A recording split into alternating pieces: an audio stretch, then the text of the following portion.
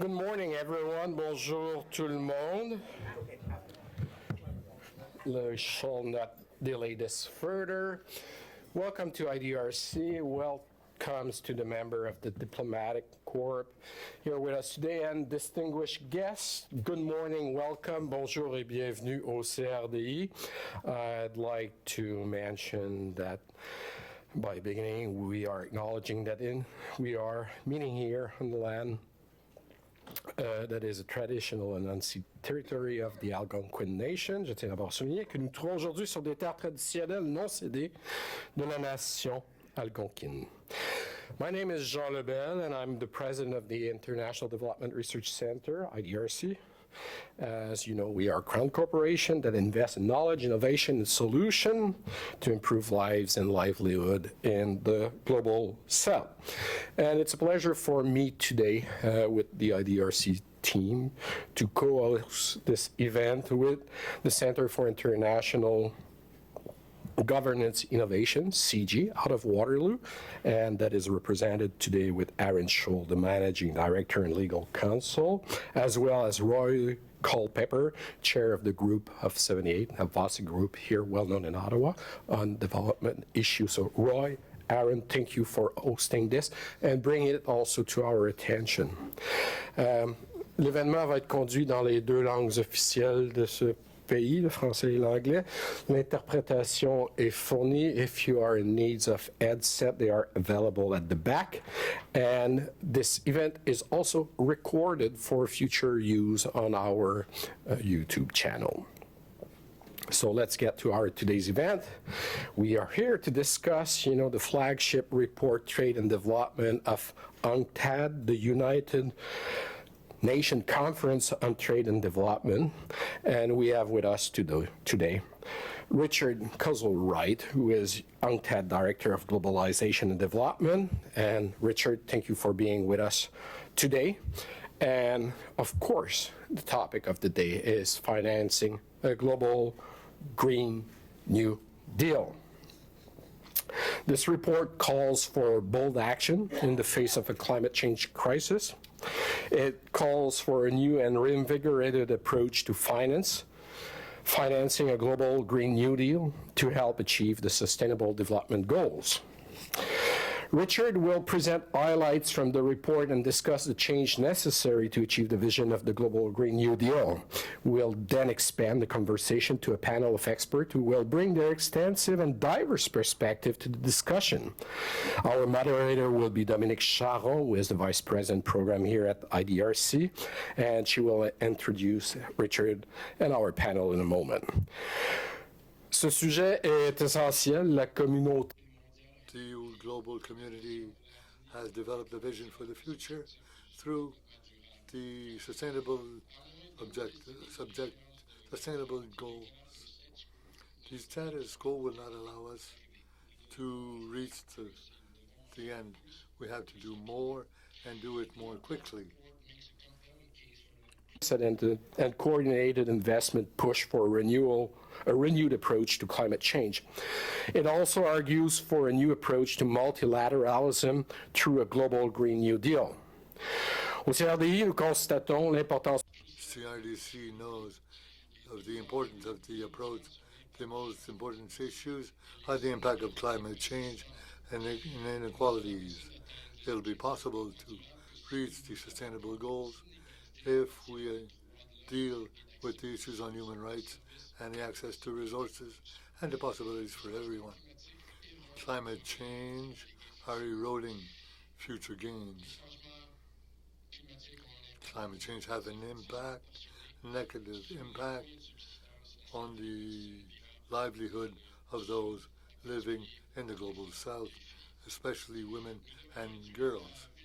We have to reduce this vulnerability and reinforce the resilience so that people, the government and the private sector, to reduce the impact and put an end to the greenhouse gases. To overcome these and other challenges that stand in the way of achieving the SDGs. This is a critical topic close to my heart, and we are fortunate to have with us the right people to unpack these issues and to share their insight with us. Richard, thank you for being with us. And thank you to all our panelists for joining us.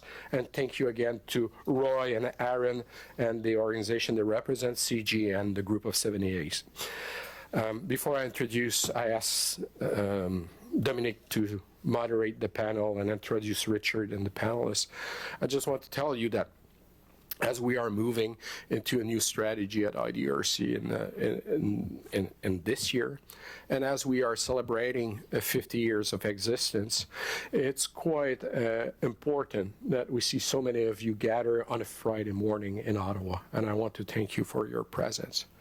I was mentioning inequality and climate change as being two of the biggest challenges of our time. Yesterday, I was in New York in the lunch with our Canadian ambassador to the UN, Marc-André Blanchard, and numbers of guests from Fulbright, Pierre Elliott Trudeau Foundation, as well as private investor. And you know, these conversations around the table, you never know exactly where they're going to go because people have all their vast interests and knowledge. Immediately, inequality, climate change at the center of the table and lasts for 3-hour conversation. It's an important topic. It's a fundamental topic. And if we're not tackling it with new ideas, new innovation, new solutions that arise from the research that we are sponsoring, we're going to face real challenges, not only in this country, but all over the world. So, Richard, it's quite timely to have you with us. Dominic, I'll let you do the introduction. Merci. Thank you. Oh, you don't need. Thanks. Great. And perhaps while Richard makes his way to the podium, I'll introduce the rest of our panelists who'll be responding to Richard's interventions. First, on my left, we have Manfred Bienefeld, who's a professor from the School of Public Policy and Administration at Carleton, whom many of you may recognize. Martha Maless, who's a senior program leader and former senior program specialist with our Employment and Growth program here at IDRC. And Aaron Scholl, who is the senior counsel, chief counsel at CIGI, the Center for International Governance, and managing director. Welcome to our panelists. And I'll introduce Roy later. Richard, over to you. Dominic, thank you very much indeed, and thank you to Jean for this invitation, and to CIGI and to G78 for helping to organize this presentation. I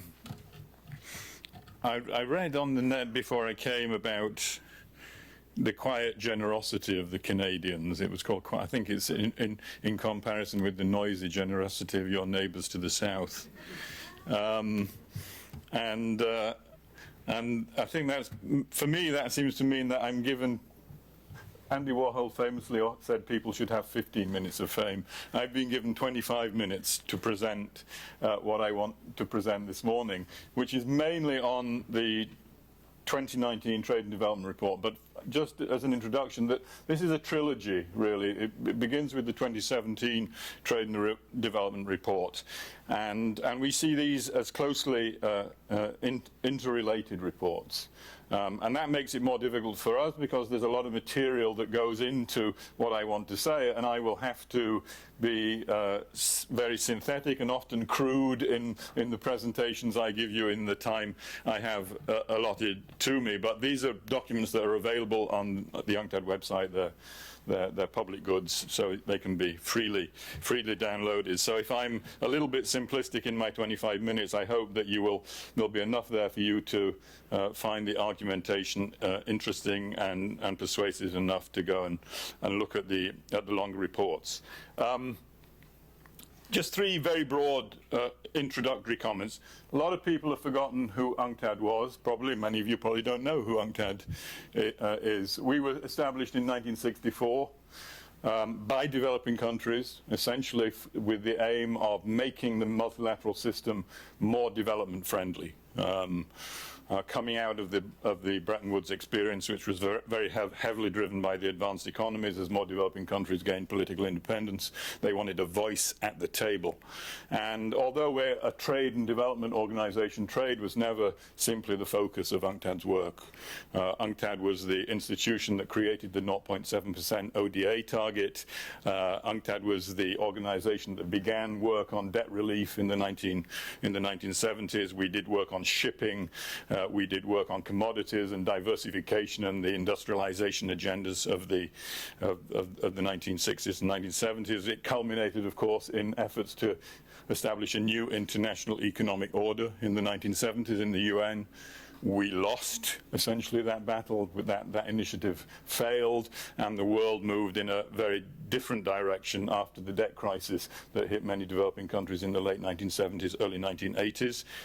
Which takes me to my second point, which is that there's a lot of anniversaries going on at the moment. Last year it was the 75th anniversary of Bretton Woods, the 30th anniversary of the fall of the Berlin Wall. This year is the 75th anniversary of the United Nations, the San Francisco conference. And there's an idea that's out there that somehow we've been through this 75 years of continuous reworking and refining of the multilateral agenda towards a more and more perfect system. It's not the narrative that we have in UNCTAD. Fundamentally, we don't think the kind of multilateralism that emerges out of the debt crisis has very little to do with the kind of multilateralism that was initially forged at Bretton Woods.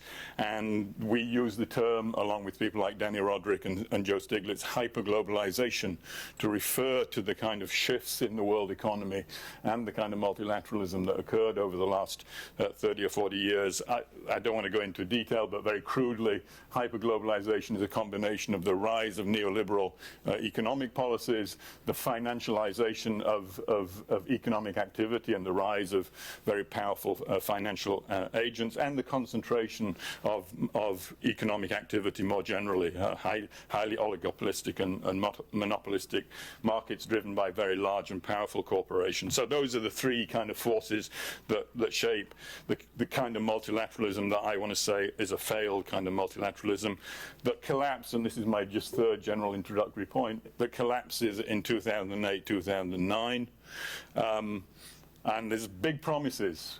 Gordon Brown in London, the creation of the G20, that somehow we're going to change our ways at the multilateral. We're going to do something different over the coming years. That there would be a new international economic order was actually a phrase that Sarkozy used. Gordon Brown talked about a new Bretton Woods. Hasn't happened. The last decade, from our perspective, has been a lost decade for multilateralism, and I want to really kind of focus in on that in the remarks I want to make. Trying to describe the current era is not easy. Certainly the last 10 years is not an easy one. As I said, it's still dominated by this hyperglobalization dynamic, dominated by heavy market concentration. Footloose capital remains as footloose as it was prior to the crisis. Social contracts continue to be eroded. The sense of anxiety, I think, is the overwhelming feeling that people not only in developing countries have, but I think increasingly in the advanced economies have, as people feel squeezed by these, whether it's in government, whether it's in local communities, whether it's working families, whether it's student in debt. People are feeling squeezed, and small changes can make a huge difference in their lives. And we've seen that on the streets in Santiago, where a small increase in public transport fees led to major civil unrest. We've seen it in Lebanon. We've seen it in North Africa. So this sense of anxiety, I think, is a pervasive feature of the last 10 decades. That comes on top of what we think are the kind of a dominant factor in the workings of a hyperglobalized world, which is a world in which a combination of high levels of credit and rent-seeking behavior by large corporations drive the growth process. This is not a growth process based on making things. It's a growth process based on taking things, to use a terminology from Rana Foroohar, the Financial Times journalist. It's an age of extraction. And it's not surprising when you extract from your citizens through kind of rent-seeking behavior that you would also be comfortable extracting from the environment. And whilst the problems in the environment clearly predate the neoliberal era, the ratcheting up of a growth process based on extraction has had devastating consequences for the environment. And that combination of economic breakdown and environmental breakdown is now giving rise to the fear that we're in an age of extinction, or potentially an age of extinction, as people try and project forward the kinds of experiences that we've seen materialize over the last 20 or 30 years. And our point, and the point of the work in the previous reports, is this is not the consequence of technology. This is not the consequence of a complicated international division of labor that has emerged over this period. This is the consequence of a set of rigged rules of the game. The rules of the game have been rigged in favor of the few and largely against the interests of the many. And it's the rules of the game of hyperglobalization that we need to focus in on, rather than the debates that economists have fixated on over the last few years about is it trade, is it technology that have been the driving forces of these problems. It's underpinning that of the rules of the game. And what we've shown in our reports, I hope, I can't really go into much detail, this is a world in which inequality, insecurity, high levels of indebtedness, and insufficient investment are hardwired into those rules of the game. Just to give you a sense of the numbers and the figures that we have, the figure on the what we call the crocodile graph. I don't know if you can see there's a famous graph for people trying to understand the rise of inequality by Branko Milanovic called the elephant graph, which is based upon examining income distribution across households. This is a different graph. This is looking at inequality from this perspective of functional income inequality. That is the distribution between wages and profits. The top orange line here is the share of global income that has been taken by the largest 2,000 multinational corporations over this period. Significant increases over that. And it's almost perfectly matched by the decline of the share of labor wages in global income over that same period. This is for us, it's a slightly forced argument, but this is typical of a predatory type of global economy, hence the use of the alligator rather than the elephant to describe the kind of animalistic qualities of the world that we are currently in. The second set of figures on there, which are very important for us, the orange line is a measure of financialization. It's external assets and liabilities in developed and developing countries as a share of their GDP.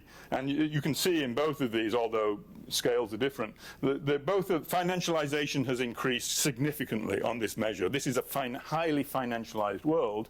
The big promise of financialization, the reason that this was defended, was this would create the kind of healthy investment climate that we all needed for a robust and stable world economy.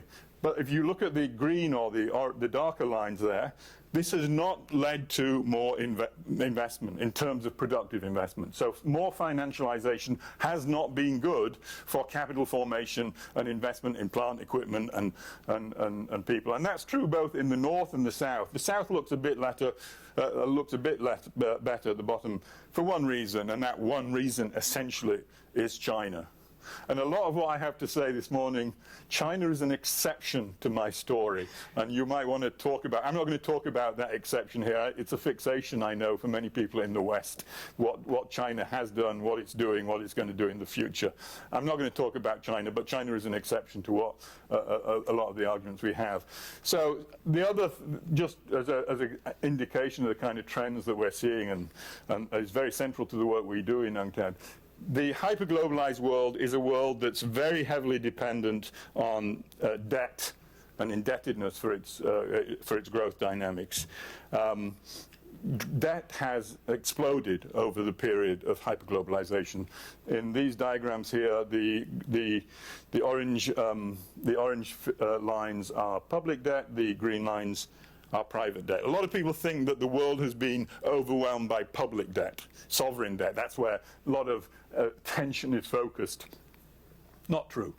private debt has become the dominant feature of this world of hyperglobalization, and it's exploded in both the North and the South. Household debt, financial corporate debt, non-financial corporate debt. These are the features that have driven globalization, hyperglobalization over this period, and it's linked to rampant deregulation, the rise of mega banks, the emergence of the shadow banking world, the privatization of, essentially the privatization of credit, and many countries have been highly exposed to vulnerabilities of one kind or another that have been associated with this explosion of debt over the course of the last 3 or 4 decades. And that's work that is very central to the work we do in UNCTAD. And I don't want to go into the details, but essentially we argue in this report, unless we do something about this, you can forget delivering the Sustainable Development Goals already, because there are large parts of the developing world, given their debt profiles, that are going to be incapable not only of meeting the entire 16 goals, but the research we do. They won't even meet the first 4 Sustainable Development Goals on poverty, nutrition, health, and education. So that's a kind of work that is very central to the argument that we do. These figures about I'm sure you all know them, about the origins of the climate crisis, the underpinnings of a carbon-driven growth process that has been long standing in the advanced economies, but has become a feature, of course, of successful developing economies over the period of hyperglobalization. The figure that we think is important, that people forget about, is the middle figure here, because everyone's talking about the rise of China and the need for China to do more, which is certainly true, but on a per capita basis, this is a problem that began in the advanced economies and continues to be dominated by the advanced economies. And from our point of view as a development agency, unless the developed world takes their commitments seriously in terms of this problem, I think it's going to be very difficult to make progress. The consequences of that of this rise in carbon-driven growth, you all know. We were asked to get more kind of hipster in the UN and to kind of do moving PowerPoints, and I've tried this. It's probably not very impressive. These are headlines that I'm sure you all know about the impact of carbon-driven growth in terms of the acidification of oceans, in terms of the emergence of extreme weather events, in terms of the degradation of soil, the deforestation of large parts of the world, etc., and these are just my feeble attempts at being kind of hipster. The book the kind of frightening book that goes into this in some detail is David Wallace Wells' book that was written, I think, last year or maybe the year before, The Uninhabitable Earth, which goes into a lot of detail about that kind of impact. For us, that connection between carbon-driven growth and the degradation of the environment is a clear and present danger. So that's a very crude description of where we are. We also kind of know what to do about it. The only way to tackle these problems, both the economic problems and the environmental problems, is through a massive investment push, an investment push essentially in a lot of public goods that can deal with the problems of inequality and climate breakdown. And we also know that these are challenging in terms of the scale that we're talking about. The World Bank talks about billions to trillions.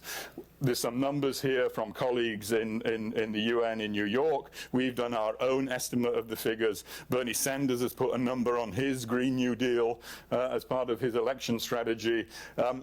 And these are numbers which you have to take with a little bit of a pinch of salt. There's a lot of guesstimation and assumptions behind them. But we know this is a huge financing challenge. No one is going to question that. Everybody agrees, regardless of, I think, their political or ideological persuasions. The differences, of course, begin to emerge in what do we do in terms of delivering this kind of massive investment push to address the problems of inequality and the problems of climate change. And there is a dominant narrative out there. It's a narrative that we describe of going from the Washington Consensus, which has dominated development policy thinking for 30 years, to what some people call, and we would basically agree, the Wall Street Consensus, in which the idea that maximizing finance using the techniques that have proliferated over the last 3 decades in which unregulated financial markets have dominated the world of finance are going to be used to deliver the investment to solve the problems of inequality and climate change. Securitization, de-risking, public-private partnerships, special purpose vehicle, all this language is now being turned to the challenge of delivering finance on the kind of scale that we're talking about. And we don't buy into that agenda. We don't think it's a credible argument that the perpetrators of financial collapse are going to solve the problem of environmental collapse, which is not to say there's not a role for private finance, but it's going to be a different role from the one that is hardwired into this maximizing finance agenda that is now being pushed in a number of multilateral agencies and perhaps bilateral agencies. And what troubles us about the narrative particularly is that it's evidence-free. Essentially, there is almost no evidence to suggest that public goods are ever properly delivered by private finance, ever. And the idea, therefore, that when we ratchet up the public goods challenge in these areas, finance is somehow going to solve this problem does not strike us as a credible argument. Worse than that, it's these very same techniques and financing mechanisms that have led to the inequality and unsustainability that the Agenda 2030 is meant to solve. And there's a kind of weird paradox in a discourse that I think is responsible for adding inequality and unsustainability into the world that somehow is going to solve this problem in the kind of 20 or even 10, 20 years that we're talking about in terms of meeting the 2030 agenda. So we think you need a different narrative. And that narrative is the one that I'm sure you've all heard about, the narrative of a Green New Deal, which we think can deliver economic development, social fairness, and correcting the decades of environmental pillaging and degradation in an effective kind of way. And central to that narrative is the need to reclaim policy from footloose capital that has been the dominant force shaping capital over that period. In my world, which is a development world, the use of the term New Deal can be controversial because it obviously evokes a particular period in American history, which is a very unique period. And a lot of people feel uncomfortable using that. We have I think that's wrong. I think precisely because that was a transformative agenda, precisely because Roosevelt understood that to get that transformative agenda working, you need to tackle vested interests that were very strong in the United States in the 1930s, as they're very strong today in the early 21st century. And so we have a defense of that, and I don't want to go into that really now, but some people are uncomfortable with the New Deal terminology in a way that we think is particularly useful, not only in terms of understanding the challenge, but also speaking to developing countries and getting them on board in terms of meeting this challenge. When it comes to the elements of a Green New Deal, whether it's Ocasio-Cortez in the US, or whether it's the UK Labour Party, or whether indeed it's the European Commission, which has now come up with a European Green Deal, the elements are more or less the same. There's a set of kind of common elements to the idea of a Green New Deal that we've kind of put down here. The need to end austerity. You don't do the kind of structural transformation that we're talking about. You don't make the big public investments in a world that is dominated by austerity. So moving beyond that, wage-led growth, income-led growth, whatever you want to call it, is central in terms of the overall macroeconomic framework for this. Public spending is central to it, obviously in terms of shifting from fossil fuels into renewables has to be done, in our opinion, by increased public spending on a significant scale. But other elements of that story, the rise of the care economy, are part of this need to increase public spending in goods and services. Progressive direct taxation, including carbon taxes, have to be part of the story.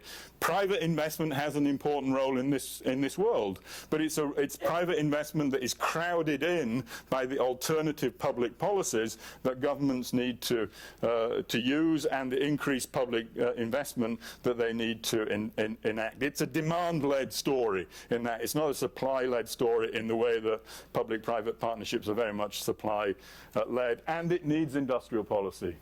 I mean, out of fashion for a long time, industrial policy. Not in UNCTAD. We believe that every developing country that has made it up the development ladder has used industrial policy extensively, and this will certainly be part of any serious Green New Deal, whether that is in the United States or Tanzania or Pakistan. Domestic credit, the domestic credit system has to be rejigged to ensure that it provides credit to the right places to meet the kind of investment needs that we're talking about. I'm going to come back to that in a second. And finally, a lot of policy coordination. This is not just about industrial policy. This is not just about finance policy. This is not just about trade policy. It's about an integrated policy framework to handle a massive structural transformation, and that needs institutions that can coordinate policy as an important part of the institutional framework of a Green New Deal. Always the question that comes up, always when you kind of make this kind of grandiose argument, is where's the money? Basically, where's the money? We can't afford this kind of ambitious project. It's always the first point of resistance to this idea.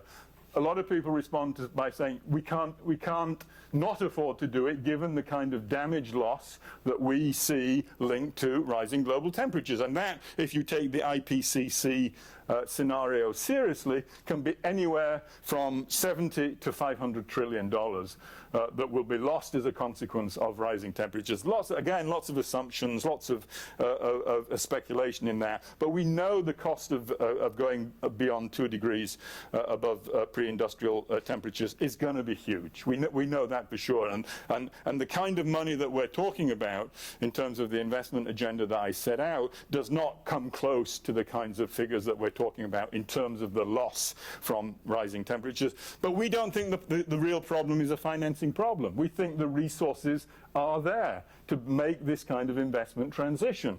There's lots of resources that are wasted. That's true of austerity policies that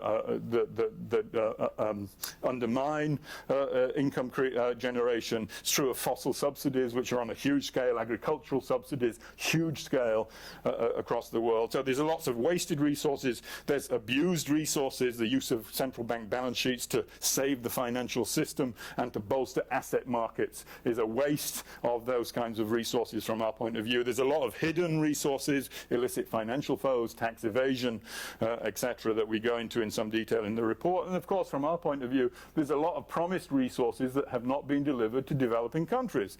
Developed countries have never met their 0.7% ODA targets. And that, when you add it up over decades, is a lot of money that was promised and not delivered for developing countries. So there's lots of resources, we think, that are out there that need to be used. And other people have made similar calculations.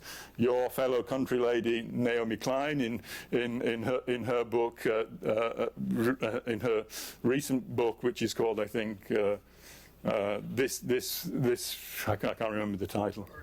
This changes everything. These are similar kind of arguments that she makes in terms of available resources. Bob Pollin from the University of Massachusetts Political Economy Research Institute has done something that I think is much closer to us, which combines issues around taxation also with reform of the financial system, use of green bond financing, special purpose development banks, which we in this report have made a big deal of, because we think these are the kind of mechanisms that need to be central and strengthened when it comes to financing a global Green New Deal. Public development banks, public banks in general, have been rubbished under the ideology, the neoliberal ideology that has dominated over the last 20 or 30 years, particularly in developing countries, but also in many developed countries too. And reviving the role of public banks, I think, is central to being able to deliver the financing that I'm talking about. But there are other parts of that. The use of sovereign wealth funds,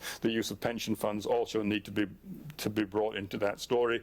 Importantly, a big role for rethinking central banks, which is interestingly something that's already taking place. Mark Carney has been actually quite instrumental in putting the climate change issue into the operations of central banks. There's a network for greening the financial system that Carney was instrumental in establishing, which I think now has 20 or 30 central banks as part of it. A lot of it is a focus on the kind of risks, the risk, adding climate risk to the kind of modeling that they do, and trying to understand the potential downside threats that come from climate risk.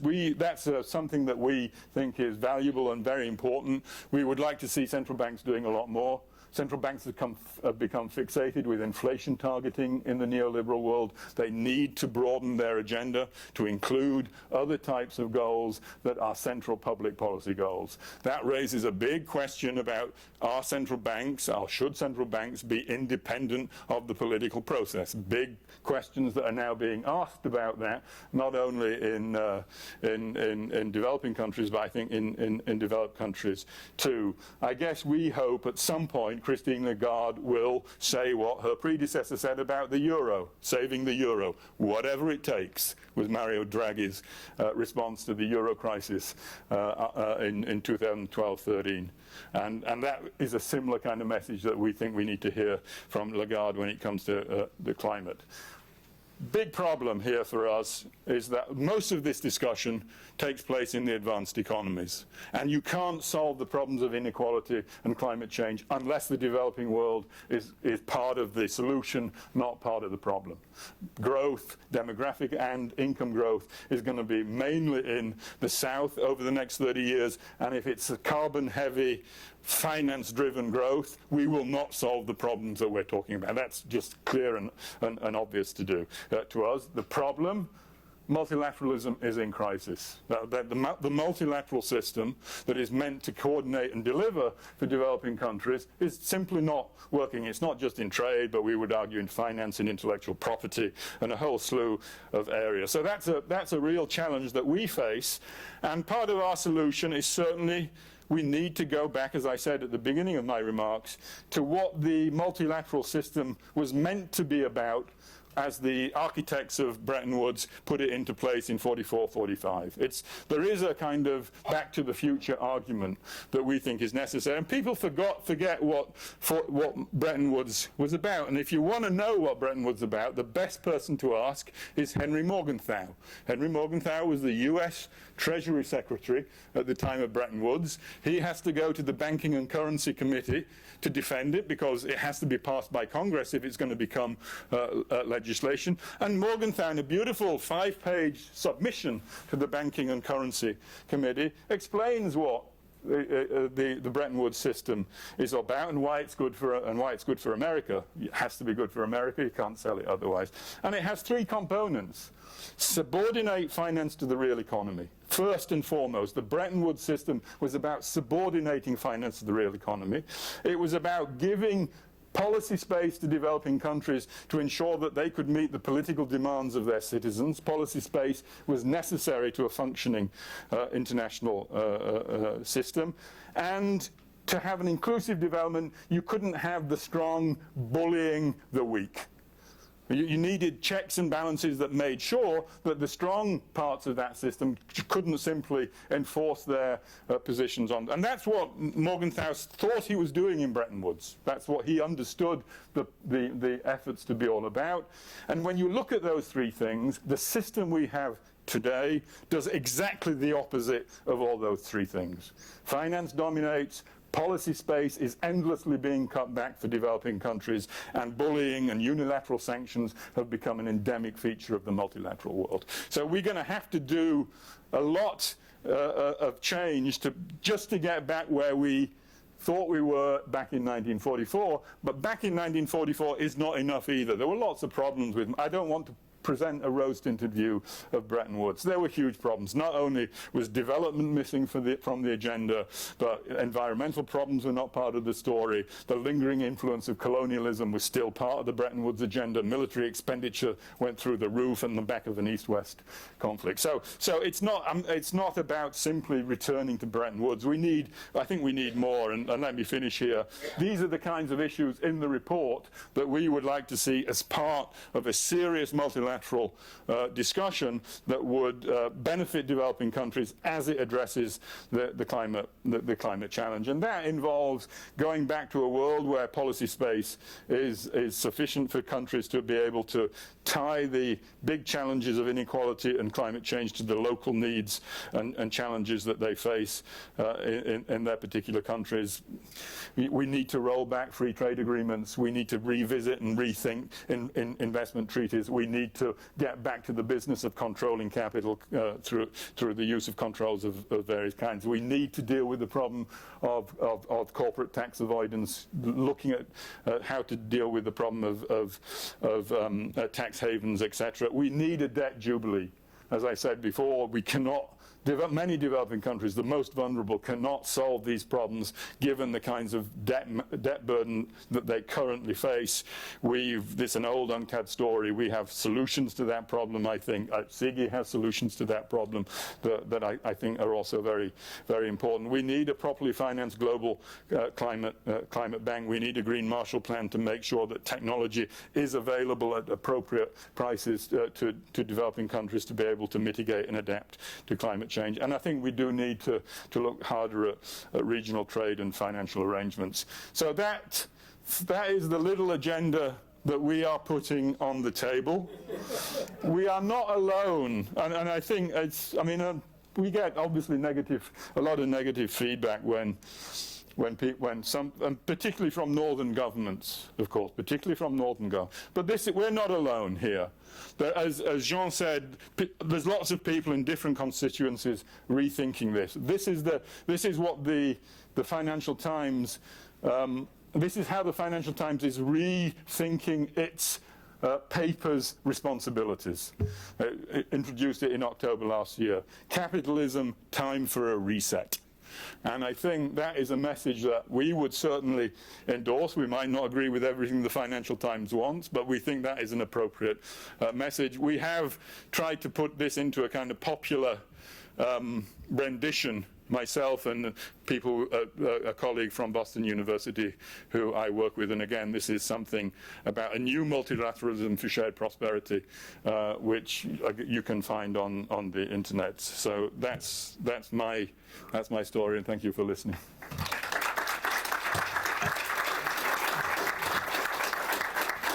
Well, thank you very much. Please, Richard, maybe you can stay with us here on the podium. Merci beaucoup. Thank you very much. Initially, by mentioning that IDRC is thinking about our strategy and our way forward is articulated around the very challenges that this compelling case that Richard has put before us this morning could address.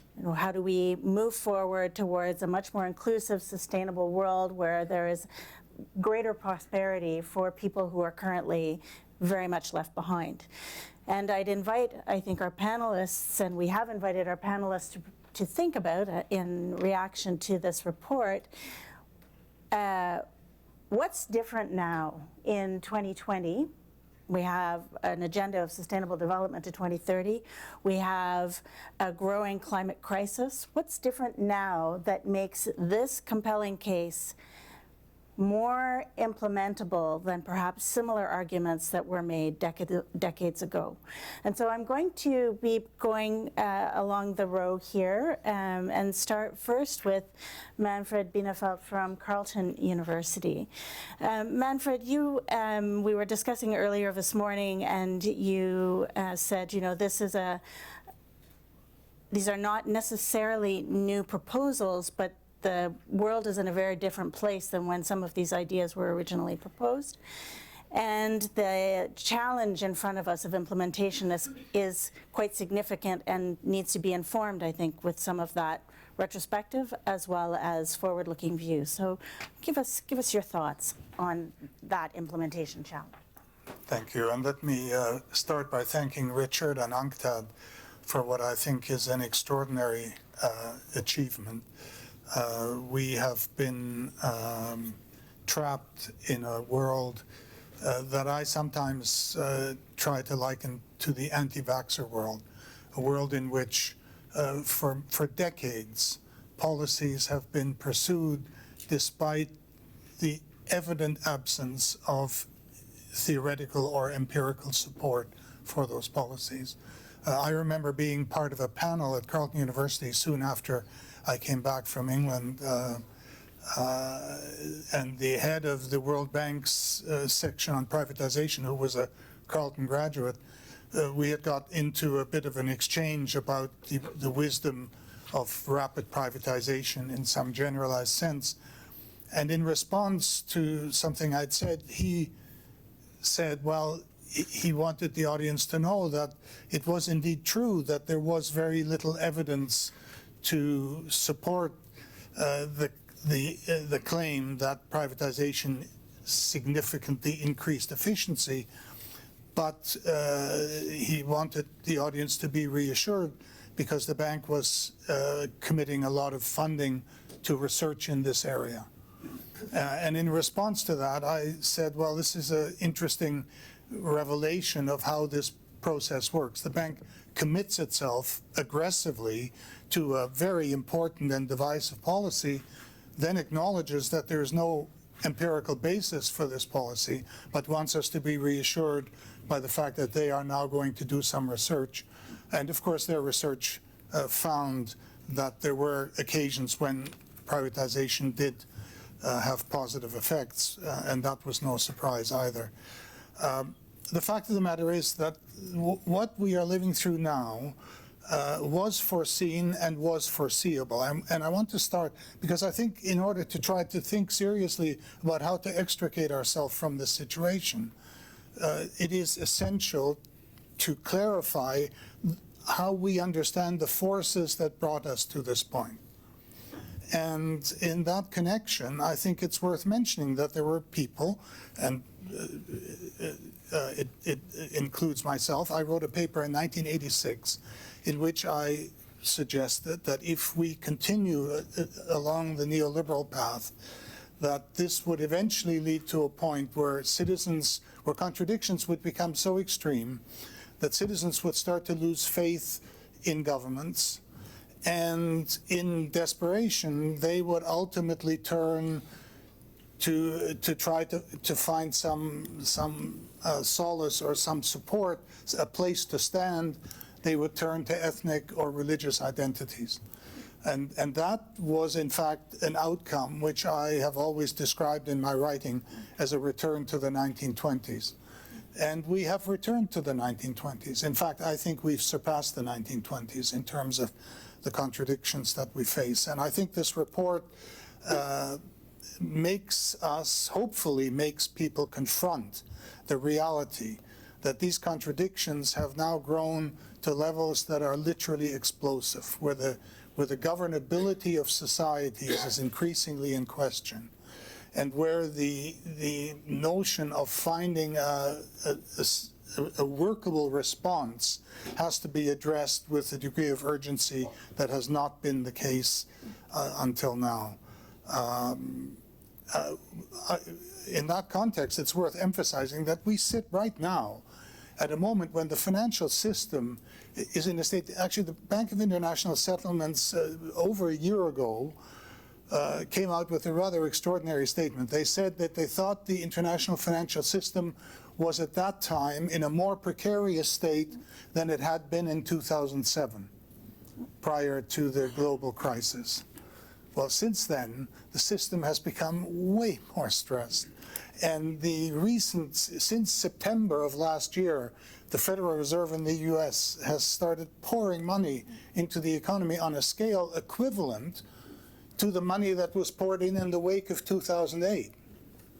which everybody understood was a totally new world where suddenly things became possible that had never been considered before. That's now happening quietly behind the scenes because we are living in a situation. BlackRock recently came out with a study saying that global investors, by which they meant the super wealthy who keep most of their money in offshore banking centers, this is their conclusion, are sitting on more than $5 trillion of cash because they cannot find any opportunity to invest that money at an acceptable level of risk. Now imagine, I keep saying to people, imagine what that means. Imagine how screwed up the global economy must be if that is the case. And it is the case. And this is what this report is in fact addressing. And I think the report is absolutely right in drawing the conclusion. And let me say just a couple of words about what Keynes actually said. The caricature of Keynes that's out there, which is to equate him with deficit spending, is not even worth talking about. Keynes' concern with capitalism and with the global economy at Bretton Woods went far deeper than that. The most important quote, in my view, from Keynes is when he says, unless the rate of interest is nationally determined, no society is in a position to pursue its own favorite social experiments. Now that's pretty flowery language, and what it's saying is that if global markets determine interest rates, if global finance determines interest rates, then policy autonomy at the national level is basically gone. And that's why around the world we have the same outcomes. The explosive growth of inequality, nobody voted for that. No party ever ran for election saying, oh, please vote for us, we're going to massively increase inequality.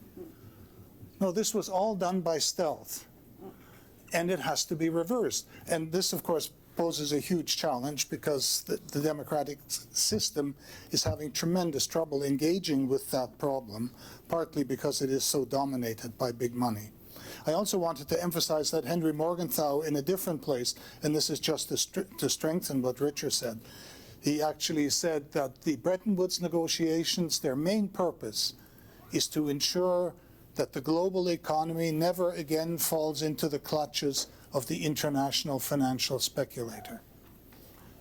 And that's pretty much the rubric that we should, I'll just take a few seconds here. Not supposed to be beeping like that, apologies. Yeah. So I think the challenge is enormous. I think the obvious thing one can say about the UNCTAD report is that it's very optimistic, that the things it's outlining, which do indeed need to be done if we have any hope of reversing these problems, that they may not be feasible. Everything that's happening at the global level is telling us that better coordination to deal with these problems is not, at the moment, a very likely outcome. But I don't think that that actually is ultimately a valid criticism. What's absolutely essential today is that the anger and the disillusionment that is spilling out into the streets in country after country, and probably for me, I have to say one of the most surprising ones recently was Chile. Because Chile was always held up. I'd actually become persuaded that Chile was a country that had managed the social dimensions of all of this in a more sensible way, in a more feasible way. And for Chile to erupt as it did, with such tremendous power and throughout the country, not just in Santiago, was a reminder that these pressures are present everywhere. And what is desperately needed is some way of channeling this anger. And this is the old historic dilemma. Karl Polanyi, in his famous book, The Great Transformation, ends the book in saying, when these contradictions arise and reach such explosive levels, societies in the end have two solutions. There's a fascist solution in which you tighten the control and suppress the dissent, or there is a social democratic solution in which you open the process and change the institutions and the ownership structures and the power structures so that they can once again come to serve public welfare and people's needs. And the fact that this report draws our attention to that need and provides a way of thinking about how to focus that anger, because the anger needs to be focused, I think is a great achievement. And I thank Richard and UNCTAD for that. Thanks very much, Manfred, and apologies for the beeping noise. It's on silent, but is apparently ignoring that it's on silent. And really, you're positioning us to think as well about how these challenges that we face, that are global challenges that need to be addressed in particularly where the wealth is most concentrated, present significant challenges for implementation in the developed world, but also in the developing world. And I'm going to pass the floor to Martha to give us some of the reflections that she's had from drawing on her work with us at IDRC in looking at new models of growth, new models of opportunity creation for making sure that those inequalities are reduced. And the momentum that there may be in some places in the South channeled and manifested as anger, but in other parts manifested as policy and as movement in a forward direction that might be aligned with the implementation of this new vision for how to unstick the mess we're in, that Manfred has spoken about. Thank you. And I also want to start by thanking UNCTAD and Richard for this very enriching and lively debate, bringing this debate alive, which is very timely. I'm going to start maybe with highlighting a couple of things on why this is important and why it's important now, and then I'll go to the developing country context. So what does it mean? What are the opportunities that it opens?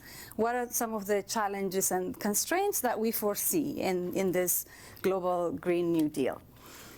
So maybe two things. I think both Richard and Manfred spoke in depth about, the need from the perspective of a new action that's needed to address this global goods, to deliver on global goods of this side. We need to have bold action and the need to respond to the pressing needs and find ways in which that this maybe discontent with the prevailing model needs to find its way. And that's also resonated in developing country context, but the way they deal with it, the way the issues are problematized is slightly different there. And I'll come back to why that's the case. Another important thing that I want to mention, and both Dominique and Jean alluded to, is this puts the issue, the really pressing issues, two pressing issues of our days. So that's climate action, climate change, and inequality. But I think what I really like is that it emphasizes that while we've done a lot to address these issues on their own right, these are intricately related and they need to be addressed in tandem if we were to make significant change. So what the implications of that are is that when we think of climate action, it needs to be embedded in development policies. It needs to be integral part of how countries develop their growth models, etc. And no more like if we continue to separate it out, then we're not going to move forward. So a really a new refresh in terms of thinking, in terms of how we have traditionally framed these issues is very important. And the third, which leads me back to sort of my point about the developing country, is that the issue is not just a developed or a developing country issue. It is a global issue and it needs a concerted action. A lot of countries, and you're aware, are developing their Green New Deal, but the climate change does not know national borders. So the extent and the terms to which developing countries are brought into this global New Deal would, of course, determine the extent to which this global response becomes a reality. And there are some opportunities and challenges that I'll come to. So first, in terms of opportunities, and I think this presents a good opportunity for countries who are, and a lot of low-income countries who are pursuing their industrial development plans, to have an alternative model in doing that, which is much more greener, which has less carbon footprint. So in a sense, I think as the report calls, it might provide a leapfrogging opportunity to opt a low carbon and a cleaner environment for low-income countries. It also stimulates public expenditure in essential services such as transport, food systems that might open new job opportunities. So there are a lot of nuggets that I think allow us to see how this can turn into a positive good for developing countries. But of course, there are some challenges. And as the report and both articulated, pursuing a green development path is very challenging, but particularly for developing countries that are confronted with additional barriers. And I will mention 3 interrelated challenges. Some of them are maybe new things that may open up that may not be covered in the report. So one is, and of course a key challenge that was also echoed, and maybe the obvious one, is the need for finance and the need for technical know-how in managing that transition. So this is particularly important for low-income countries that are struggling to even keep in track with their millennium or sustainable development goals that are lagging behind, where the majority of their population does not have electricity coverage, or they have lack of basic services. So opting for a low carbon options would imply actually saying no to cheap energy sources such as coal or fossil fuel, which may have a lot of implication for social and economic livelihood of vulnerable and poor people, and particularly women. So in a way, I think the dilemma that it puts on countries, unless they have the right resources, might exacerbate the already existing inequalities and disparities that are there. So this is a real challenge that they face. But also, on the other hand, adopting mitigation strategies, but also responding to the global challenge also requires resources. So unless this new global deal takes into account these extra barriers that developing countries may face and makes provisions for that, then the globalness of that becomes just something that we dream in paper. So it really depends on how the global community responds and how much support developing countries get would determine. And the second, which I will say, is spillovers and potential negative spillovers. That pursuing green economy might inadvertently also exacerbate existing inequalities. I'll mention, for example, gender inequality. So even the transition itself, unless we pay attention to policies that also address the inclusiveness of the growth model, it is very possible that the woman, for example, may be marginalized in the process of that transition to the economy, to the low carbon economy. So we cannot assume, based on the aggregate numbers, that everybody's interest will be addressed. And even if it's a proper focus, unless we dig deeper and have a more granular understanding of who benefits, who loses, so we might exacerbate that. And the other one, which was not picked up in the report, but the quest for renewable energy is leading us to new sources of energy, such as cobalt and lithium, for batteries, which developing countries have in abundance.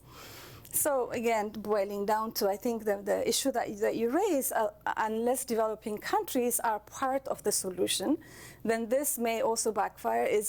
And it is possible that we replicate the current extractive model whereby the greening happens on the north, but then we're leaving the inequalities that might create. So we're thinking about what are the policies that can make sure that the value chains, and everybody benefits along the value chains. What policies need to be in place, and to make sure that that pursuit of green options also takes into account the inclusiveness of growth is very important. And lastly, and this is what gives me to what is core to IDRC, is the capacity of developing countries to really have informed and evidence and data-based decisions and interventions that can help them navigate this. So, how do countries, how would they know, policymakers know, for example, who would be lost out, who would benefit? How would we know what are some of the policies, for example, that can help ensure that when in pursuit of the green technologies, whether it's in agriculture or in renewable energy, etc., that we're not replicating the current disadvantage of various marginalized groups. So in the absence of that empirical data and evidence, then the policies would be very whimsical, and it will be hit and miss. So again, I think I would emphasize that the need to strengthen the capacity of Southern researchers and research institutions to be able to provide the data and evidence to have informed policies is very important. Excellent. Thank you, Martha. And absolutely speaking to a number of the challenges that we face, not only in the tensions that, Richard, you presented in the report, that to accelerate the kind of prosperity that we aspire to for everyone, and the very important need to bring up levels of well-being and economic prosperity in the Global South.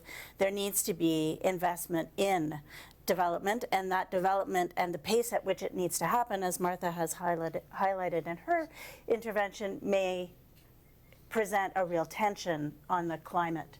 And I think not only in the Global South is there not evidence and data on how one might reconcile these trade-offs, everywhere I think we are missing that. There's also, I think, the opportunity from, as Martha alluded to, in terms of thinking about development trajectories that might certainly result in perhaps an increased carbon footprint in the near term, but find ways to make that green turn as quickly as possible. New trajectories that don't necessarily follow the same path, that would be aligned with moving us quickly in this direction. Those kinds of discussions and debates, there are opportunities in development discourse focused on the lower income countries that could move us in this direction. And I think moving us in this direction, and I'm going to come to Erin now, Siji certainly has been thinking about what are the models of development that we can think about that are, and the policy regimes that we may need to move us quickly into this direction. We are facing a compelling case, but a very enormous challenge to actually implement a Green New Deal and achieve the SDGs in the next 10 years without catastrophic global warming. And maybe you can give us your thoughts on how we can move into this real life challenge and address some of these trade-offs. Sure. And if I had the answer to that, we wouldn't actually need to be here, but I'll do what I can. But before doing so, let me thank Jean and the IDRC. Roy, it's an absolute privilege and an honor to be able to co-host this event with you. And let me also thank Richard. I just want to pause for a moment, because putting a report together like this is a tremendous amount of work. Actually, that's calling it a tremendous amount of work is an understatement. So your dedication to this, sir, and the work that you did, I probably understand more than most how much went into it, and you just did a superb job. So thank you for that. So I'm going to make 3 observations, and I'll make 1 argument. So observation number 3. This is not an academic problem. And so I'm, as Dominique mentioned, I'm a lawyer, so please don't hold that against me. But what it means, practically speaking, is that I'm not a climate scientist. And so I have to defer to those with expertise in this area. So I assume that the UN International Panel, their findings are accurate. And so let me just pause for one moment here. In their 2018 report, to call it alarming would be, again, an understatement. It found that the effects of global warming could become irreversible by 2030. So let's just do a brief thought experiment for a moment. Cast your mind back 10 years ago. Where were you? What were you doing? I was probably down the street at the Ottawa courthouse duking it out in a courtroom. But for me, let me ask you a question. Does that feel like it was a long time ago, or does it feel like it was yesterday? Because for me, it feels like it was yesterday. And what that tells me is that we are out of runway here. So when I look at that report, if we don't do something by 2030, the West Antarctic ice shelf could melt, raising sea levels another 4 inches. Without the ice sheet, the sun's rays wouldn't be reflected, so the oceans would get warmer. This would melt more ice. The cycle would get worse. And the estimate is 100 million people could die from increased heat waves, drought, and infectious disease. That is more people than died in World War II. So it would kill off 90% of the world's coral reefs, and this highlights why a plan is absolutely necessary. And when I was preparing my remarks for today, I couldn't help but think, and not to turn this to make it overly personal, but I've got 2 young sons, and they're the ones that are going to inherit this earth, and through no fault of their own, through no inaction of their own, they're going to inherit our problems, and I think we owe them better than that. The Green New Deal concept, I won't go into it in any depth, except to say this: it is a triple bottom line. If you do it properly, you get economic recovery, you get poverty eradication, and you get reduced carbon emissions. So this is something where we need to think about it holistically. We need to think about our policy process as multiple vectors and not one silo. And if we are to reduce greenhouse gases and we are to take this ambitious goal, we need to follow a path like this. Observation number 2, it will be hard. So if you look at the common recommendations just for domestic policy, you have to introduce and improve environmental legislation and enforcement. You have to build resilience against climate-related disasters. You have to increase energy and efficiency in both old and new buildings. You have to build smart power grids. You have to move to renewable technologies such as wind, solar, geothermal, and biomass. You have to build sustainable transport systems that include hybrid vehicles, high-speed rails, and bus rapid transit systems. You have to restore natural ecosystems, which act as a carbon sink. You have to remove greenhouse gas from the manufacturing sector. You have to work with farmers to create more sustainable and emissions-free agriculture. You have to implement systems for monitoring and accounting for the economic contributions made by green investments. And you have to create positive incentives and appropriate taxes to reward sustainable practices. So we can do all that by lunch. What are we going to do with the afternoon, right? So it will be hard. It will be exceedingly difficult. Observation number 1. Countries need to move past their short-term policy positions and look at their long-term strategic interests. Because if you look at the long-term strategic interests, we are all aligned. If you look at the short-term policy positions that states are taking, we are all over the map. And this goes to what you'd said earlier. States bending rules or implementing rules that reflect their will is a tale as old as time, right? The strong states will always try and intervene, and they will always try and do so in a way that benefits them, and they will bend existing rule structures and existing power structures to suit them. That is straight up Machiavellian geopolitical gamesmanship. We need to move past that, because we are all in this together. Our long-term sustainable interests are exactly the same. And if we don't move in a coherent fashion, see point 1A about this no longer being academic. So we owe ourselves a broader strategic discussion. And when you look at what we're talking about, if we do this Green New Deal properly, we'll have coordinated stability, shared prosperity, environmental sustainability, and how can you argue against those? That is in everyone's long-term interest. We want a safe, prosperous, and equitable system in this world, and in order to get there, we need to put our short-term policy prescriptions away, and we need to look at the long-term horizon. Okay, now my argument. My argument is that human ingenuity, human creativity and our capacity for good is at its highest in times of crisis. Our collective will to act is always at its highest in times of crisis. And to say that this is a time of crisis would be putting it mildly. So I think we owe ourselves conversations like this one to drive toward actual solutions, because if we don't do it now, 2030 is just around the corner. Thanks, Aaron. So maybe I can jump in and say, and I'll come to each of the panelists perhaps with this question that I'll ask you to answer in 1 or 2 minutes, and to prompt all of you that we're coming to you shortly. So think about what you've been hearing, how this report is resonating with you, the interventions of our panelists. I'm coming to you in about, I would say 15 minutes, maybe less, 10. So with that, if I could come back to Martha and say, given what Aaron has just outlined as kind of the call to act and the encouragement that we actually have the ingenuity, the human capacity, and perhaps some of the institutional context to actually be able to move forward on some of these, what would you identify as one thing that we should do first in terms of investment, in terms of unsticking a particular research question or a particular focus for action in the developing world? It's a good question. So I think in terms of the action, what I would say is that because this is a daunting task, obviously there is a tendency to say it's too big to tackle this, and if we're not all together, we cannot do it alone.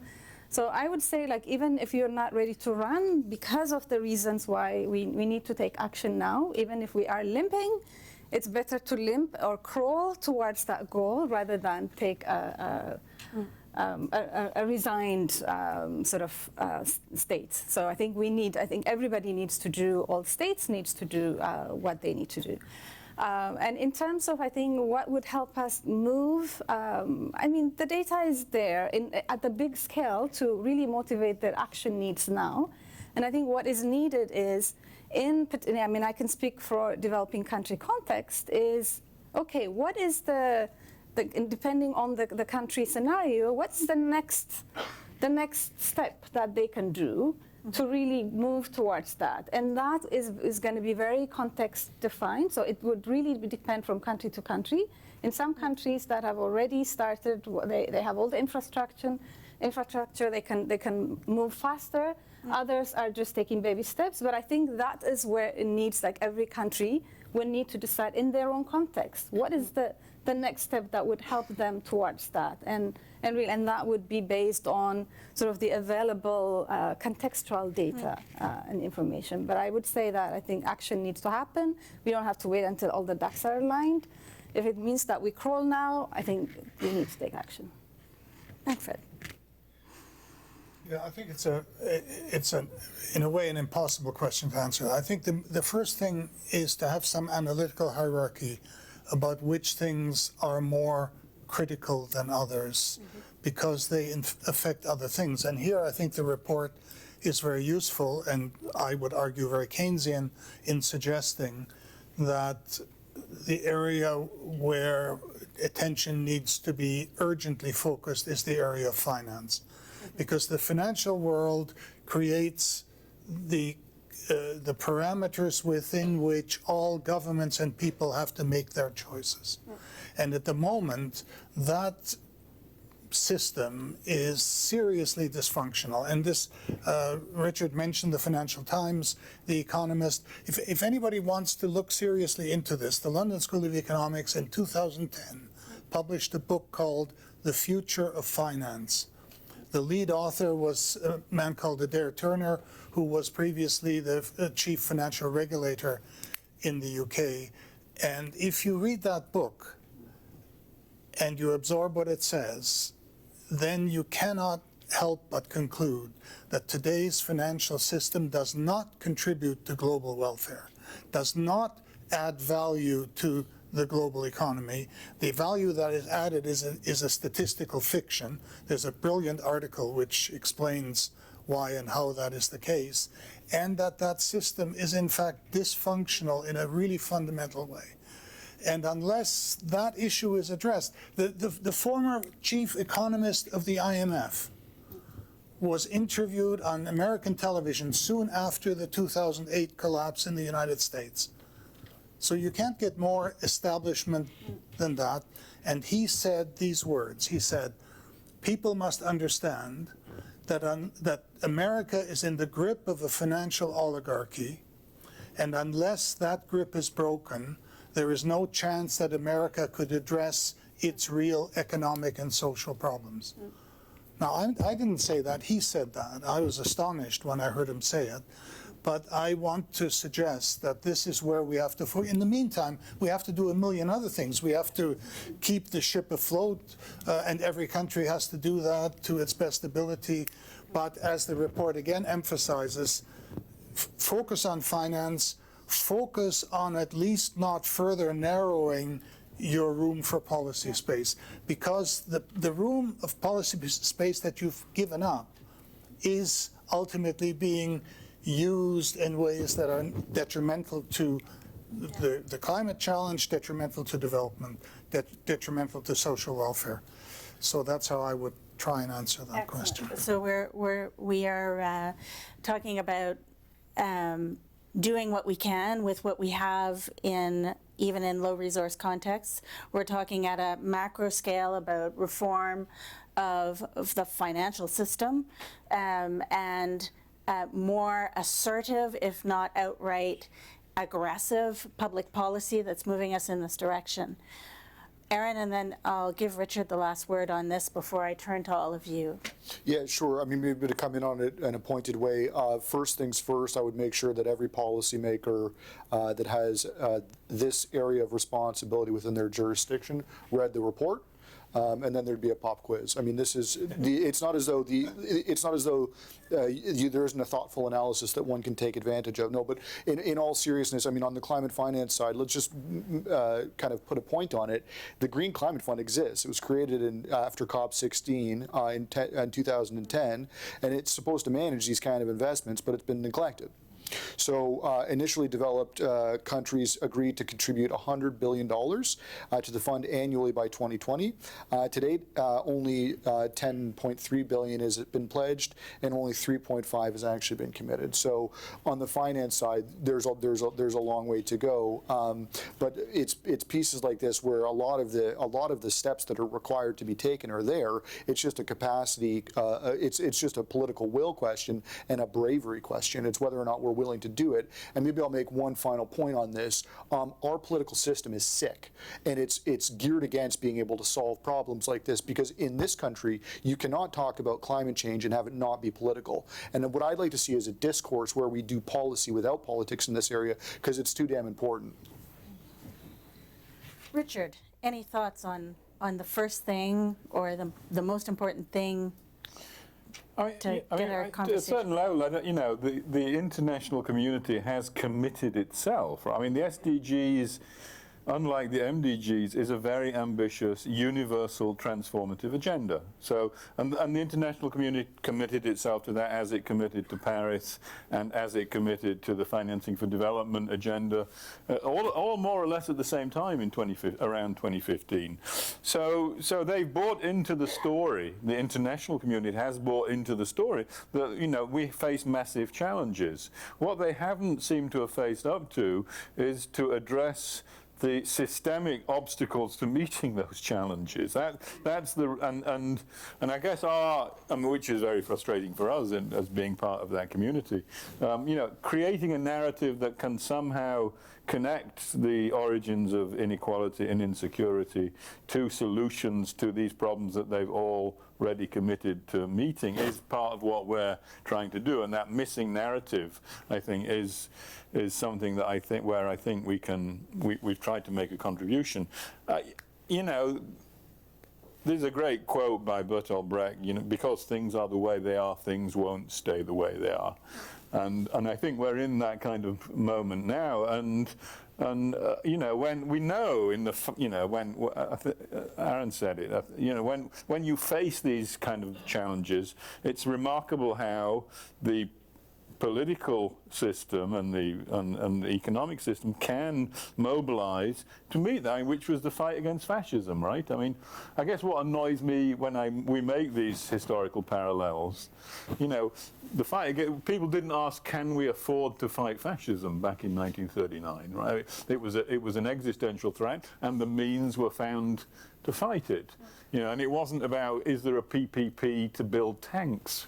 Roosevelt didn't ask the question, what's the PPP to build tanks and airplanes in 1939? He simply instructed the private sector to do that, and found the resources to make sure that America went from a military with a military which had a couple of battleships and 5 tanks to being in the space of 3 years. I mean, that ability was the ingenuity and the creativity and the boldness was what was behind meeting that kind of what was an existential threat. And we're in the same kind of moment now. I think everyone recognizes that. The question is, do we have the political will, leadership, structures that can actually do what was done back in 1939? Because it's not a resource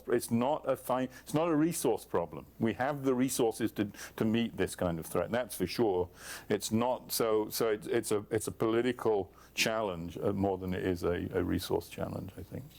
A political challenge and an ingenuity challenge, perhaps, and a need to collectively and individually in countries take on the agenda in front of us differently than we have in the past, so as not to perpetuate the problems that are and the processes and the structures that are perpetuating this kind of unequal, unsustainable development path that the world is currently on. Now it's your turn to intervene.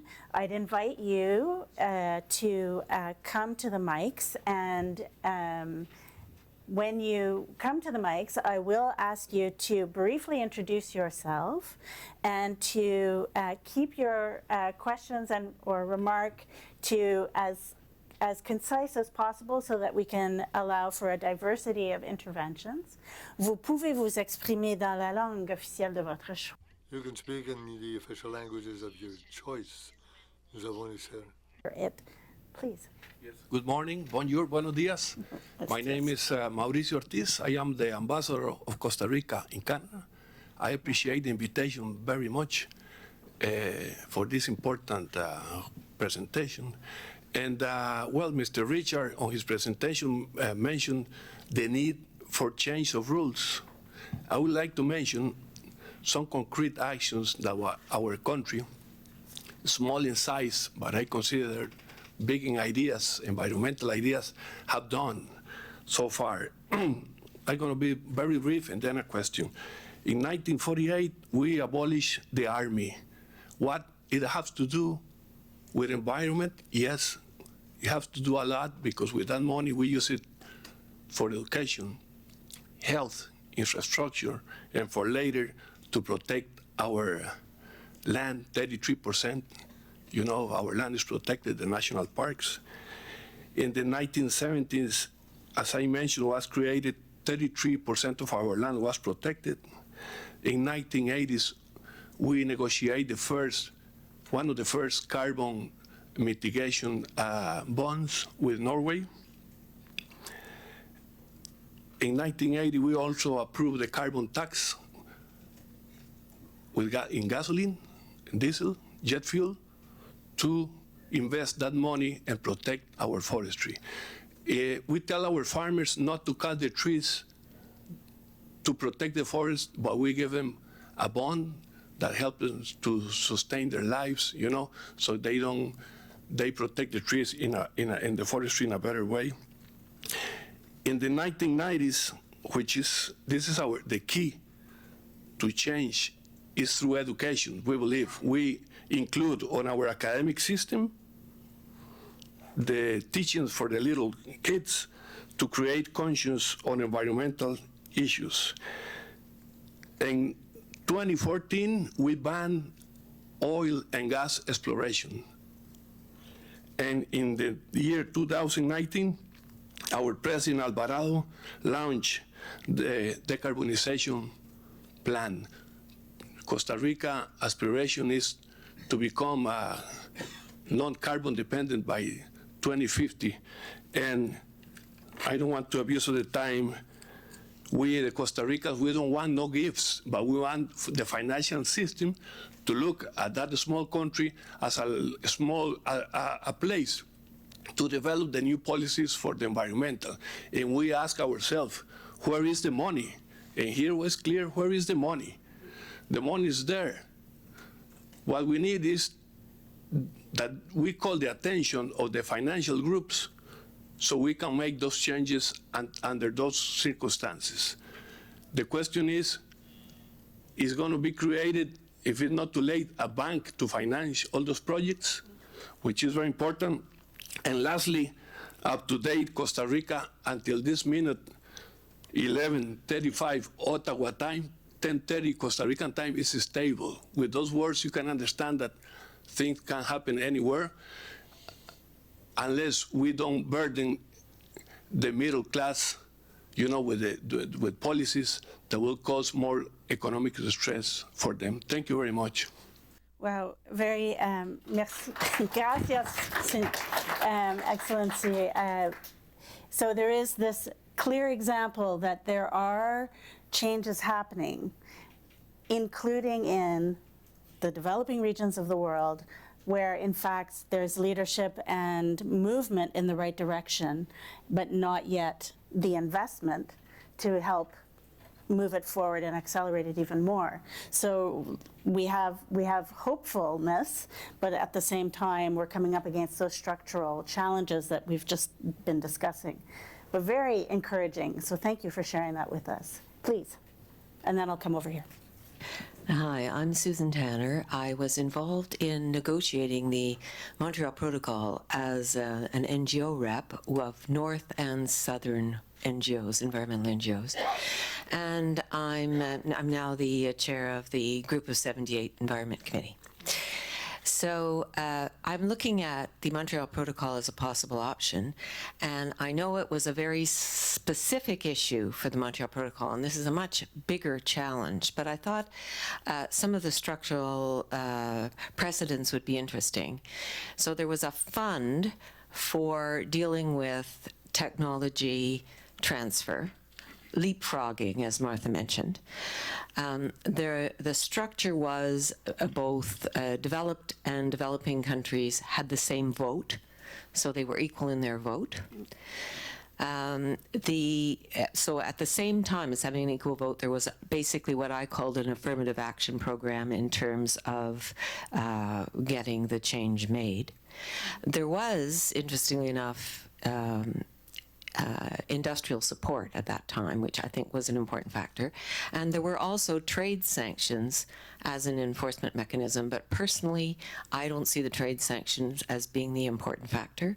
I think the important factor was the affirmative action funding. And I think we have some possibility for expanding that or improving that and applying it to the climate change issue, and I'd be interested in Richard's response to that. Excellent. I'll take one more question and then I'll come back to the panel. Maybe I'll go to Richard first, and then if the panelists want to respond to the questions, please. Sure. My name's Toby Sanger. I run a tax justice organization called Canadians for Tax Fairness, but in the past of 30 years ago, I worked as an environmental economist.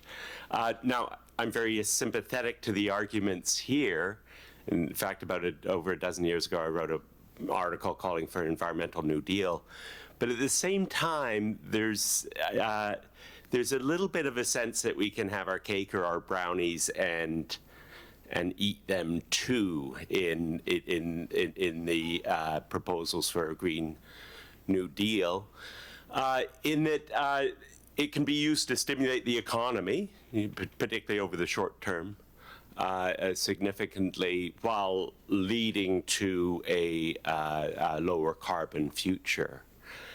Now, if we are at close to a period of, or a state of no return in terms of emissions, do we really want to do that, to stimulate the economy around the world? Obviously, we need some decarbonization and radical redistribution.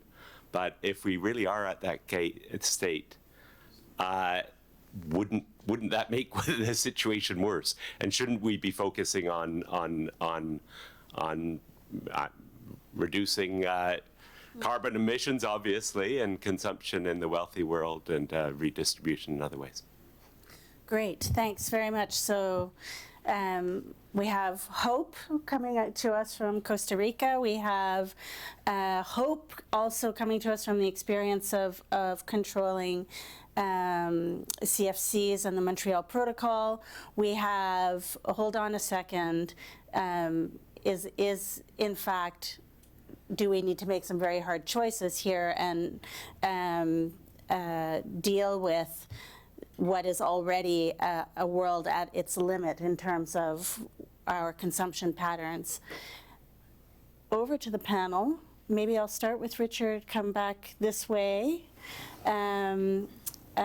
before handing it over to Roy Culpepper for some closing remarks in a few minutes, or maybe a couple of minutes each.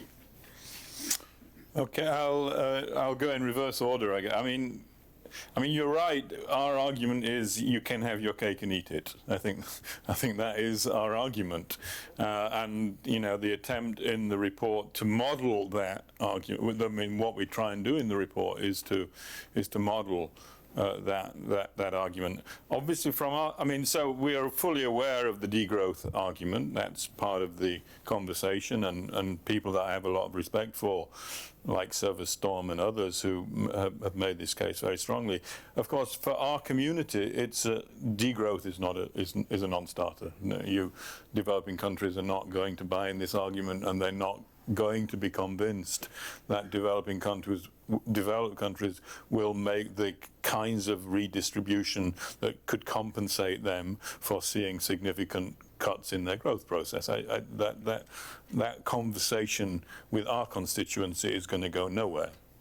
Fundamental. Whether degrowth should be part of the advanced economy discussion on this kind of transition is I mean, it's an interesting. I'm not convinced by it for developed countries too, but I understand that it can be a serious part of the conversation. My friend Anne Pettifor, who is also involved with the Green New Deal discussions in the UK, in fact, was one of the people who introduced that idea at the time of the 2008 crisis in the UK, talks more about steady state economies as an alternative to the degrowth argument.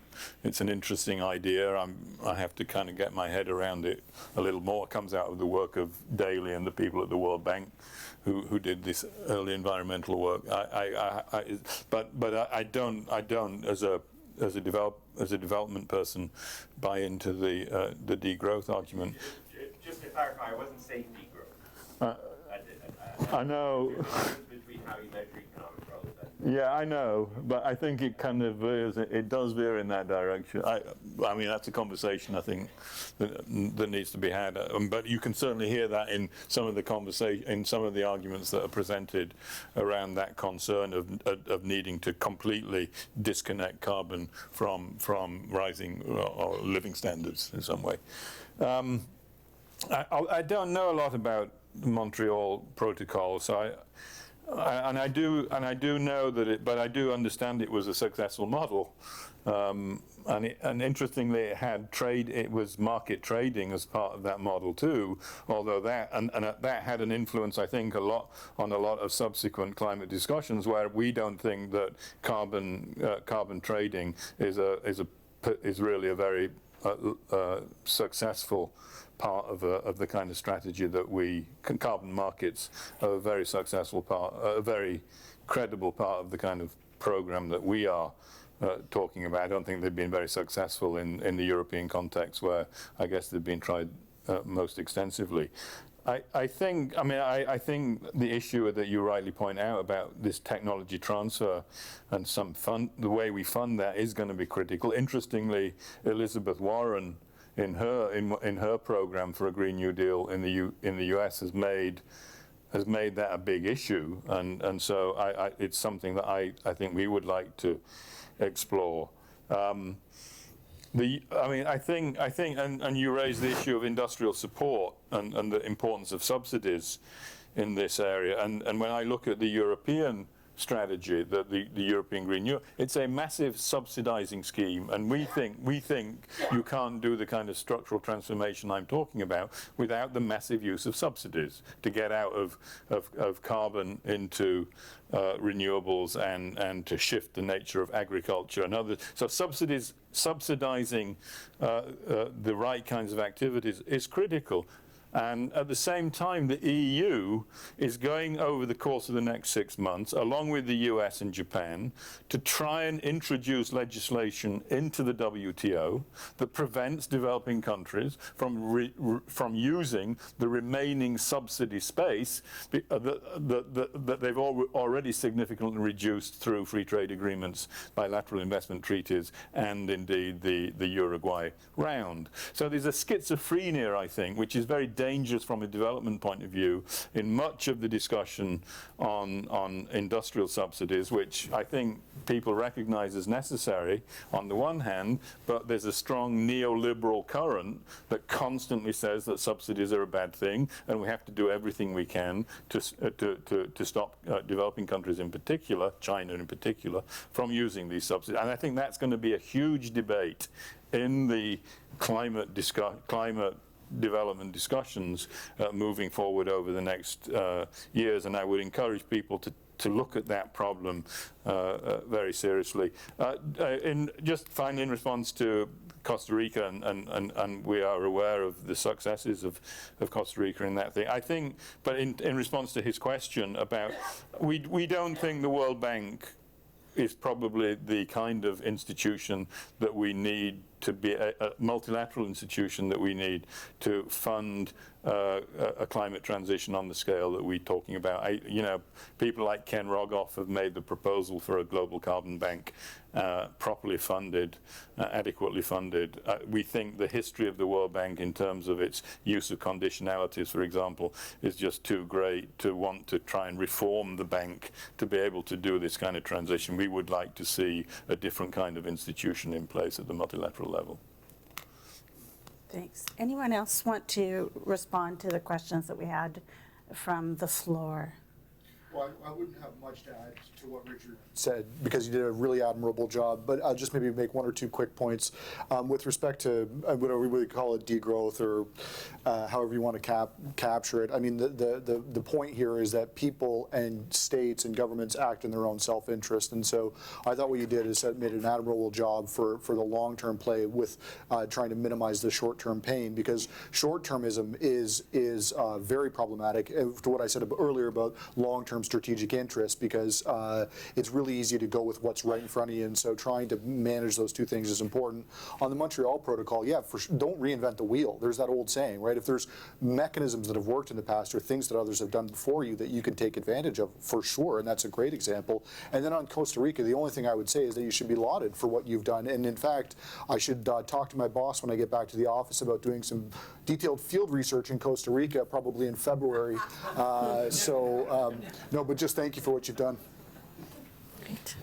Thanks. Please join me. I think please. The point about Aaron's point about short is, and part of the reason we are focused in on the financial system is because it is clearly hardwired into short-term thinking. I mean, the notion of short-term returns, quick gains, speculative activities, shareholder value is what drives the contemporary financial system. And I do think you're right, if we're going to break with that mindset to address what are quite clearly long-term collective problems, we're going to have to confront the interests that are embedded in the contemporary financial system.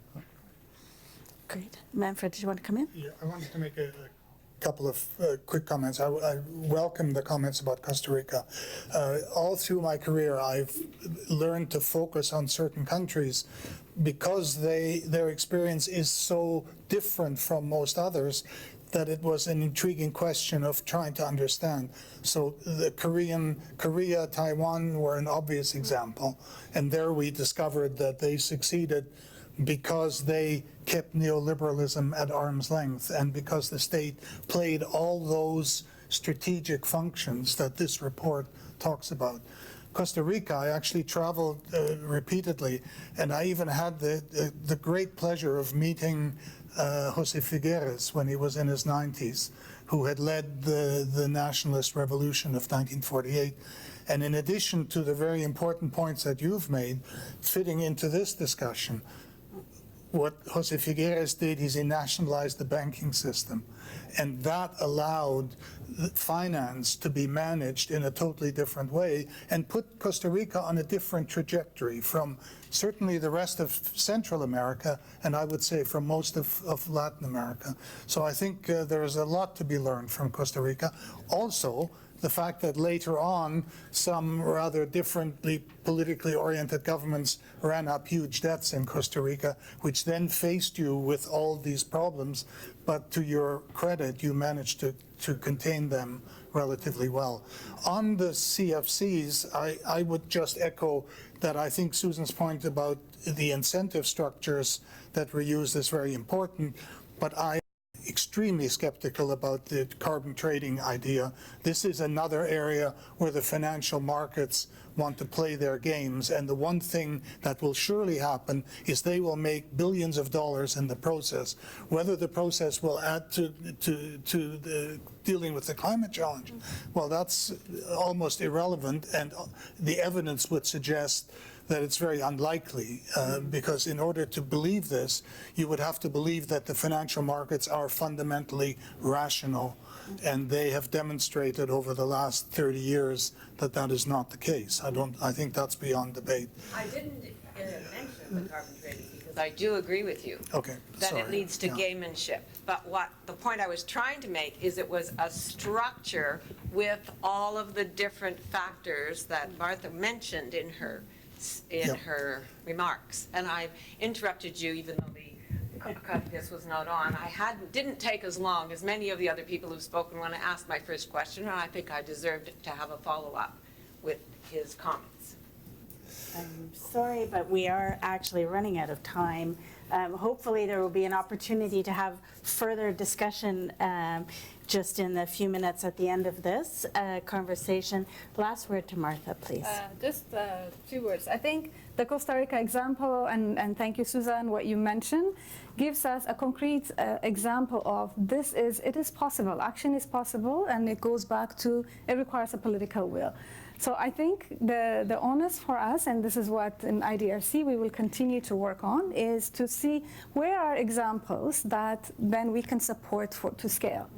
While we also wait for that tipping point where the global shift is happening. So I think the point is that we cannot rely only on that bigger agenda to really move so we have to do it at the same time. And there are, like, if we have other opportunities to really document what has worked, there would be a lot of cases where we can learn, we can see what can be scaled, and support that grassroots led innovations, while at the same time pushing at the systems change that we know is going to be hard to achieve, and it will take a long time.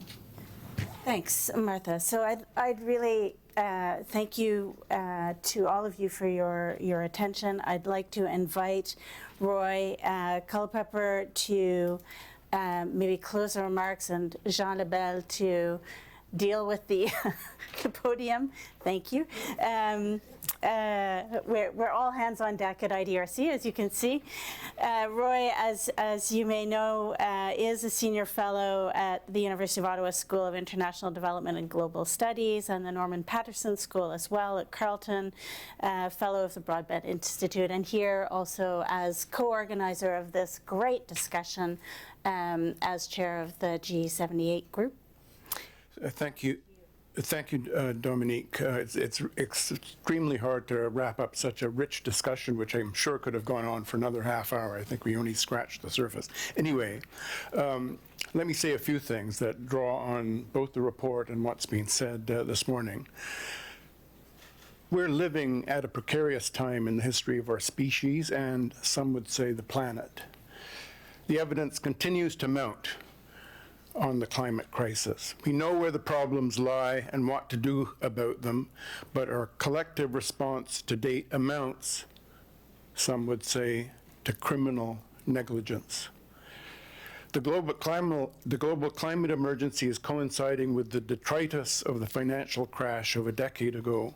Financial insecurity, dangerously high and mounting debts, for which we're reminded by Richard, and growing social and economic inequalities of historic magnitude further erode whatever trust remains in our political and economic systems. UNCTAD's report tells us that the SDGs, or Agenda 2030, were also agreed, as was the Paris Agreement in 2015, and that we're seriously off track to meeting both of them. The report joins others in invoking the 1930s New Deal by calling for massive action by the public sector to mobilize finance and investment in climate mitigation and protection, and to effect a just transition, we didn't hear much about this during the debate, for those workers and communities dependent on the fossil fuel economy. Market signals from a higher price on carbon can play an important role, but certainly will not be sufficient to tackle the climate crisis. But the report does remind us also that there will be significant benefits for workers and communities that flow from investments in both mitigation and climate adaptation. And I don't think we really heard enough about the challenge of climate adaptation, and that's a challenge that we must address ourselves to. The debate on meeting the climate crisis in our own country and other rich countries largely focuses on domestic policies and actions. The report, however, speaks to the impact of the crisis on the developing countries. That's UNCTAD's mandate, and the world's poorest people, who bear little responsibility for the crisis, yet bear the brunt of extreme weather events. So urgent attention, as Richard has told us, is required to meet both the resources and other needs of developing countries in order to strengthen their climate resilience. So given the deep flaws exposed by the global financial crisis, the call of the report for much more robust financial regulation, along with a rejuvenated public banking sector, which would help to channel financial resources into socially productive investments, would combine the goals of economic security for all and that of healing the planet. The report, and Aaron and others on the panel have told us, and it's undeniable, none of this will be easy. The radical actions that are required call for bold vision. That's where things start, a change of mindset and a bold vision. Paraphrasing Franklin Delano Roosevelt, the report insists that what we need now is wild dreamers in order to deliver both on the SDGs and to successfully confront the climate emergency. So with that, I'd like you to join me in thanking, first of all, the panelists, Manfred, Aaron, and Martha, and moderator Dominique for stimulating the debate around these issues. Please join me.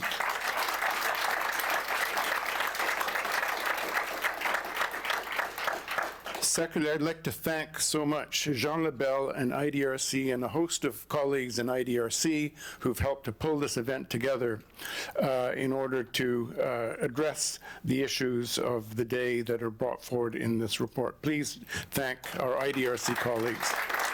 And thank you to CG as well for supporting the event. Last but not least, I'd like to utter a word of praise to Richard Kozul-Wright and to all his colleagues in UNCTAD, since this was a collective effort on UNCTAD's part, for a report that dares to challenge policies and power structures that must be reformed if we wish to save civilization as we know it. Thank you, Richard. And thank you everyone for coming, and I wish we had more time, but let the debate continue.